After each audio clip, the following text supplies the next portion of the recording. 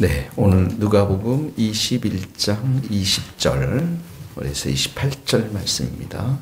누가복음 21장 20절에서 28절. 죄송합니다. 누가복음 21장 29절부터네요. 네, 29절부터인데요. 29절에서 38절 말씀입니다. 오늘 핵심되는 말씀 34절, 36절 두 절을 한번 읽어보세요. 34절 시작. 너희는 스스로 조심하라. 그렇지 않으면 방탕함과 술취함과 생활의 염려로 마음이 둔하여지고 뜻밖의 그날이 덫과 같이 너희에게 임하리라. 이러므로 너희는 장차 올 이 모든 일을 능히 피하고 인자 앞에 서도록 항상 기도하며 깨어있으라 하시니라. 지금 우리는 종말장을 배우고 있습니다. 29절에 보면 종말에 예수님이 재림하는 날 징조를 말씀하시면서 무화과 나무와 모든 나무를 보라. 싹이 나면 너희가 여름이 가까운 줄을 자연히 아나니. 그러니까 무화과 나무에 싹이 나면은 이제 여름이 곧 올 것이다. 봄에 이제 싹이 난다라는 의미죠. 그렇게 되면 세상 끝날이 올 텐데, 특별히 이 무화과 나무는 이스라엘을 상징하고 있거든요. 그러니까 이스라엘이 이제 마지막 때는 이방인들이 다 들어오고 주님 앞으로, 그리고 마지막 때는 이스라엘 백성들이 들어오지 않습니까? 구원의 방주로 들어오는데, 싹이 난다라고 하는 것은 또 한편에서 보면 이스라엘 백성들이 점점점 구원의 숫자가 늘어나고 있다라는 것이죠. 자, 그래서 이스라엘이 1948년도에 이제 독립을 해서 2000년 동안 방황하다가 나라를 회복하고 이제 그 안에 예수 믿는 사람들이 점점점 생기고 있다는 것을 아주 우리가 많이 듣고 있습니다. 자, 이런 일이 있으면 31절에 보면 너희가 이런 일이 일어나는 것을 보거든 하나님 나라가 가까이 온 줄을 알라. 이렇게 하나님 나라 가까이라는 것은 예수님이 재림, 하나님 나라가 완성되는 것을 말하는 것이죠. 자, 그러면서 여기 31절에 이런 일이 일어나는 것을 보거든, 이런 일은 이제 징조를 말합니다. 종말에 일어날 징조들. 예수님이 말씀하셨어요. 21장에 다. 그 다음에 거기 동그라미 치시고 21절에 이 31절에 이런 일 일어나는 것.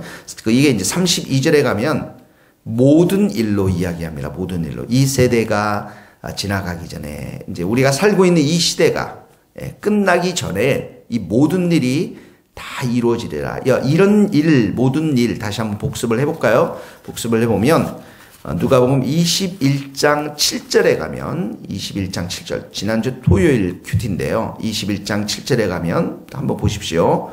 여러분들이 1일 첫째 큐티 책 보면은 지난주 토요일 거 한번 보세요. 찾아보세요. 누가복음 21장 7절에 보면 이렇게 나와 있어요. 이런 일이 일어날 때 무슨 징조가 있사오리까? 징조에 동그라미 치면 이게 이제 어떤 사인들이 있습니까? 종말에 이런 말입니다. 8절에 보세요. 그러면 많은 사람이 내 이름으로 와서 이러되 내가 그라하며 이 거짓 선지자 이단들이 많이 일어난다는 것입니다. 종말에.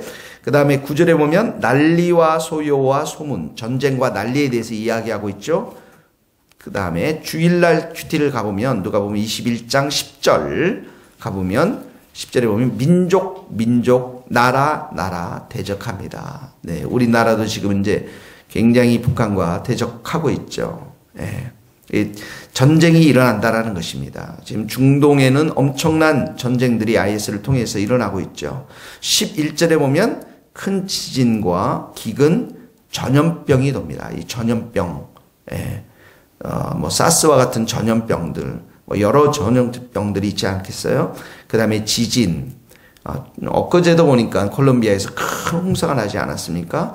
그 다음에 하늘로부터 큰 징조가, 무서운 일과 하늘로부터 큰 징조가 있을 것이다. 어제 배웠죠? 1월 성신이 다 변화가 될 것이다. 자, 12절에 보면 너희에게 손을 대어 박해하며 동그라미로 박해하며 17절에 쭉 내려와서 모든 사람의 너희가 내 이름으로 말미암아 모든 사람의 미움을 받는다. 이렇게 말씀하고 있죠. 미움을 받는다. 그러면서 어제 큐티를 가보면 어제 월요일 날 큐티에 가면 25절 우리가 배웠습니다. 1월 성신에는 징조가 있겠고 해가 어두워지고 달이 빛을 내지 않고 별들이 하늘에서 떨어지는 그런 하늘의 어떤 천체의 질서가 깨지는 25절 그런 일들이 있을 것이다.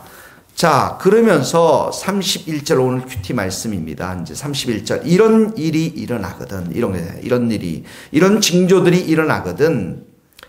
주님 오실 날이 가까웠다라는 것이죠. 32절 모든 일이 다 이루어질 것이다. 예수님이 지금 말씀하신 것들 다 이루어질 건데 그러면서 33절에 보면 내 말은 없어지지 아니하리라. 하나님의 말씀, 예수님의 말씀이 영원히 살아있을 것이다 라는 것이죠. 그러므로 이 말씀의 기준에 근거해서 우리에게 주님께서 이 말씀하시는 건 뭐냐면 너희가 이 시대를 살면서 분별해서 살라라는 거예요. 종말의 정신을 가지고 재림의 신앙을 가지고 이런 징조를 하나씩 볼 때마다 주님이 오실 날이 가까이 왔음을 생각하면서 종말론적 신앙을 가지고 재림의 신앙을 가지고 살라라는 것입니다. 다시 한번 성도들은 다시 오실 주님을 기다리는 사람들이라는 것이죠. 다시 오실 주님을 기다리는 사람들이라는 것이죠. 그래서 첫 번째 우리 이 말씀을 29절 30절 특별히 이제 이런 일이 일어나는 31절을 보거든. 하나님 나라가 가까이 온 줄 알라. 이 말씀 생각하면서 징조들을 무시하지 말고 시대를 분별하며 살라라는 것입니다.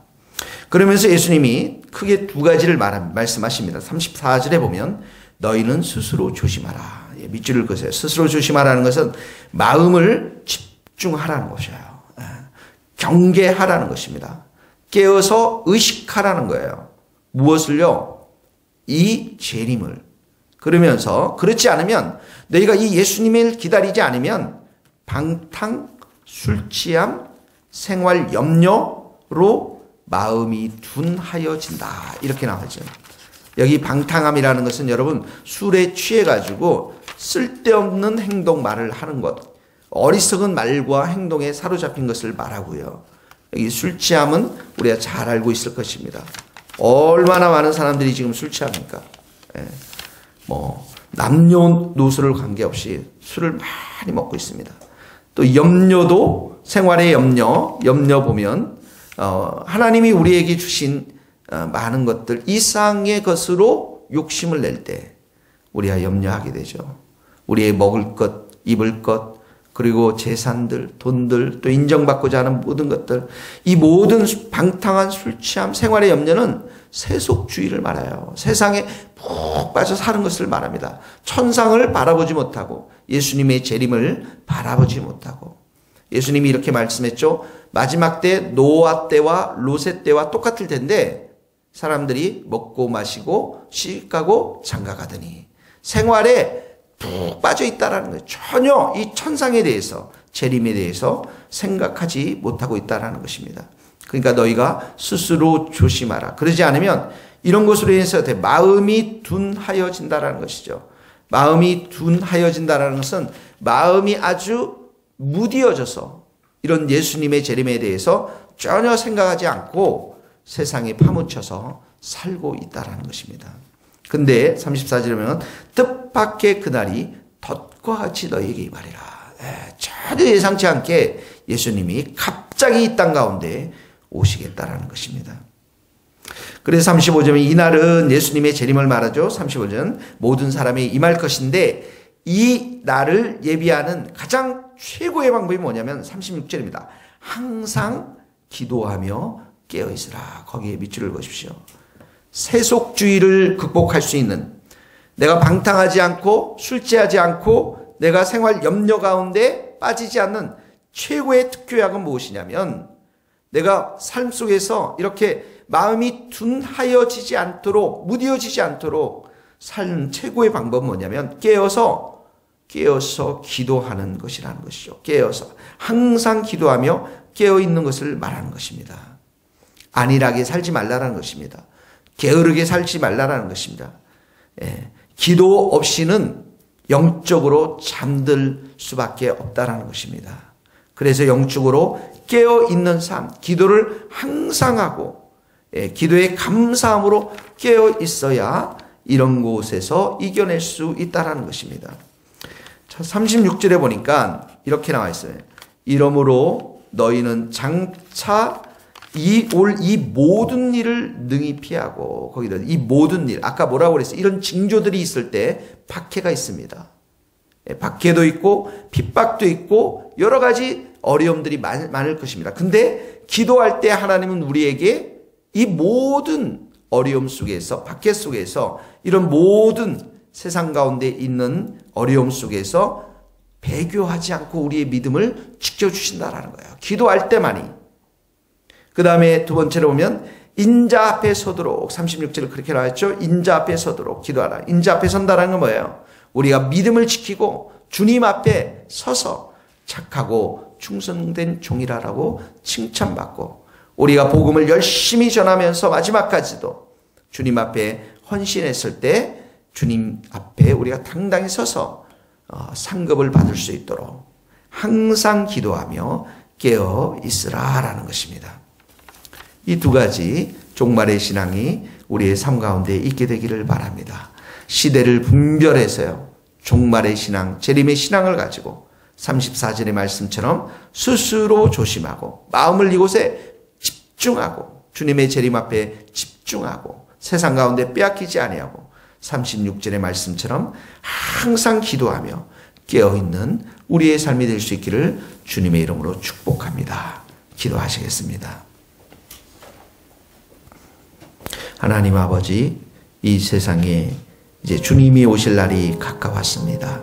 하나님 아버지, 우리의 마음이, 우리의 생각이, 우리의 모든 삶이 예수님의 재림을 기다리며 예수님이 이 땅 가운데 오실 것을 기다리면서 매일매일의 삶 가운데 성실한 삶을 살아갈 수 있도록 도와주옵소서. 우리의 마음을 정말 빼앗기지 않도록, 세상 가운데 빼앗기지 않도록, 방탕한 가운데, 술 취함 가운데, 염려 가운데 빼앗기지 않도록 우리를 지켜주시고, 하나님 아버지, 우리가 이 땅 가운데 마지막이 오면 올수록 예수 믿는 자들이 이들을 핍박하고 환난이 있을 것이며, 또 이 마지막 날에 수많은 사람들이 그저 먹고 마시고, 하나님 아버지, 또한 곳곳에 지진이 일어나며 홍수가 일어나며 곳곳에 하나님 많은 전쟁들이 일어날 때 이 모든 것들을 믿음으로 이겨낼 수 있는 것은 주님이 우리에게 주시는 힘과 능력밖에는 없음을 고백합니다.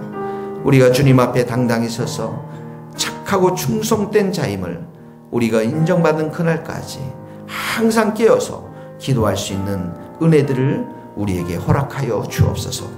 오늘도 우리가 기도의 자리 앞에 기도할 수 있기를 원합니다. 이 주님의 단순한 부탁의 말씀을 항상 기도하며 깨어있으라고 하신 이 말씀 앞에 순종하여서 하나님, 우리 모든 성도들이, 이 방송을 듣는 모든 성도들 기도의 사람들로 세워주시고, 우리 교회를 기도의 집, 365일 만민이 기도하는 집으로 하나님 아버지 세워주셔서 주님의 재림을 준비하며 영혼을 살려내며 우리의 일터 가운데 성실함으로 일할 수 있는 우리 모든 성도들 될 수 있도록 축복하여 주시옵소서.